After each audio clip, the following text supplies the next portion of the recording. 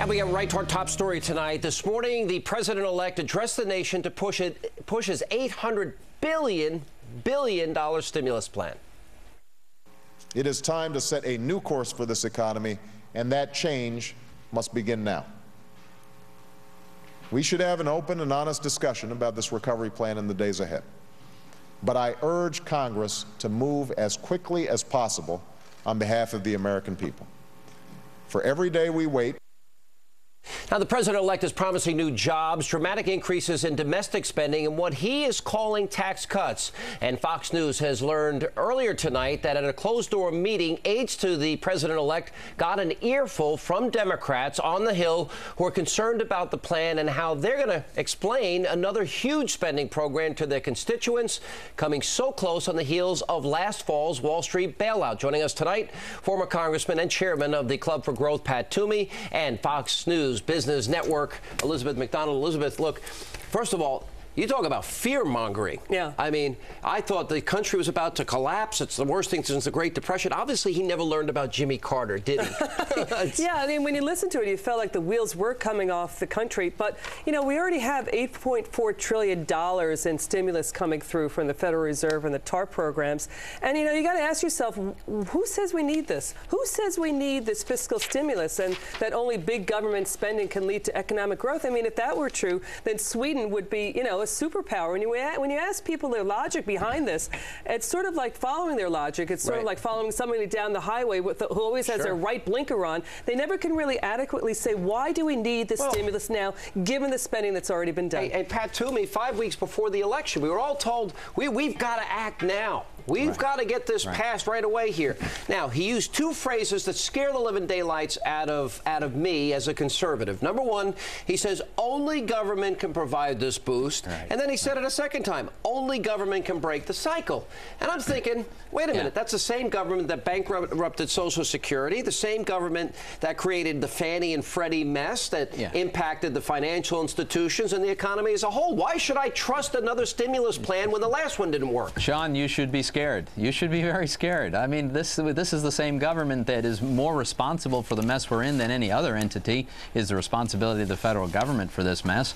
And this idea that we can spend our way out of a recession, it's ridiculous. First of all, history has proven it doesn't work. Secondly, if it did work, we wouldn't be in a recession now. We're spending money at a record pace. And lastly, you got to remember, every dollar the government spends has to come from somewhere. It comes from the productive people in the private sector, and that's money they can't spend. So this is not a good idea. All right, and Elizabeth, let me go back. We're talking about another $1 trillion here, and government being the answer. This is the single biggest transfer in terms of the economy moving from a free market capitalist economy to government controlled economy that we've ever seen in our lifetime. Yeah, I agree. If this passes with these numbers, can we really consider ourselves a free market capitalist economy? I would say we are in danger of losing that our identity as a free market economy. This is socialism. You know, it's not gotten to the point where the government is directing how companies operate, but we are in danger of that. But this idea of the bailout of the Obama fiscal stimulus has taken on this relentless, perverse logic all its own. And now we see, for example, you saw it today. Guys, and that that Citigroup said, okay, we got this bailout money. Now we will let borrowers rework their loans if they are faced with foreclosure. They can get a bankruptcy judge to cram it down. That's where we're heading toward. That's why I agree. It's frightening in every step of the way. All right, now, Pat, let me go back to you. When George Bush became president, and by the way, I thought he did his Bush tax cuts got us out of the Clinton-Gore recession. Bush tax cuts got us out of the negative impact of 9/11. For the majority of 7 years, we had record revenues. We spent too much money, but there's Congress earmarks. Low unemployment, relatively speaking. We had good years. There's an ebb and flow to the economy. When George Bush became president, the Washington Post, the New York Times, the Chicago Tribune, I have a whole list of quotes here, accusing Bush of talking down the economy. Now, I listened to Barack Obama today, and I said, the sky is falling, we're in trouble. Is he trying to manipulate and scare the American public into buying his socialist agenda that they otherwise wouldn't buy with fear-mongering? What I think he's trying to do is to set the stage and to set a mood that says, boy, he is just inheriting the most terrible, awful, most disastrous situation imaginable to mankind.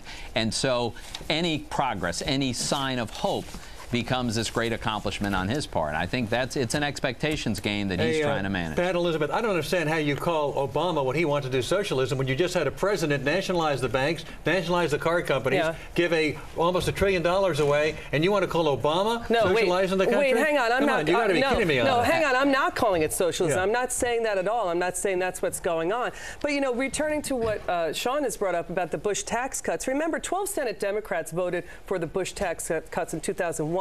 Former Senate Finance Chair Max Baucus had said that, you know, look at entrepreneurs and small businesses, they're going to get 80% of the tax relief here, and that could increase the demand for labor. In other words, they knew back then it could increase jobs. So when you talk about the Bush tax cuts, I think history is yet to show the effect of them and how good they may have been. Bush also did tax credits. Now, you know, conservatives are accusing Obama of, they're calling it welfare when he wants to do tax credits, yet when Bush wanted to give tax credits, oh, this is great, he's reducing the tax burden on Americans. So there's a double standard here, depending upon which party the president in power is offering. Not true. Alan, first of all, I think you make a valid point. We disagreed with the president's TARP program. We disagreed with the car company bailout. I'm just concerned that we're now going to take this to a whole new level under President Obama when he becomes president.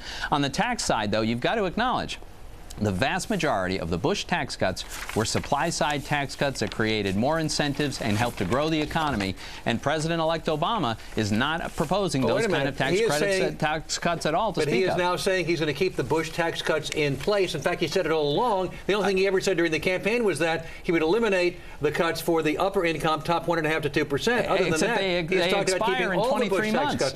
They expire in 23 months. We need to extend them and make them permanent. Well, at that point, you re-examine it and see where we are. But you know, hold on one second. Yeah. At that point, Pat, you know, you will look at it and we'll revisit it and see what's going to go on. Now, Elizabeth, go ahead. Watch how the rhetoric has changed, though. Obama is calling it a net tax cut. And what he's talking about here is, watch this, capital gains tax cuts are going to go away. A lot of middle-class Americans live off their capital gains, off their retirement savings, including elderly people on their retirement savings, too. They sit squarely in the middle class. So all of a sudden, you saw the rhetoric change. It was called now a net tax cut. Why? Because he knows that capital gains hikes will hurt the middle class. So I don't know. You got to watch what's being said during this debate. If you look at what he said during the campaign, Elizabeth, 95% of working Americans, people who actually pay into the system, are going to get a break under Barack Obama. That's what he said during the campaign. Yeah. We continue to look at the situation as it's ever changing. But the problem is that you don't have 95% of Americans paying income taxes. Well, over 30% are not paying any income taxes state at all. Taxes, property taxes. They're paying into all kinds of taxes. Wait a minute. But since when is the federal government supposed to be reimbursing people's property taxes? That doesn't make any sense. Give a break to them. One at a time. You're giving a break to tax-paying Americans. You want to,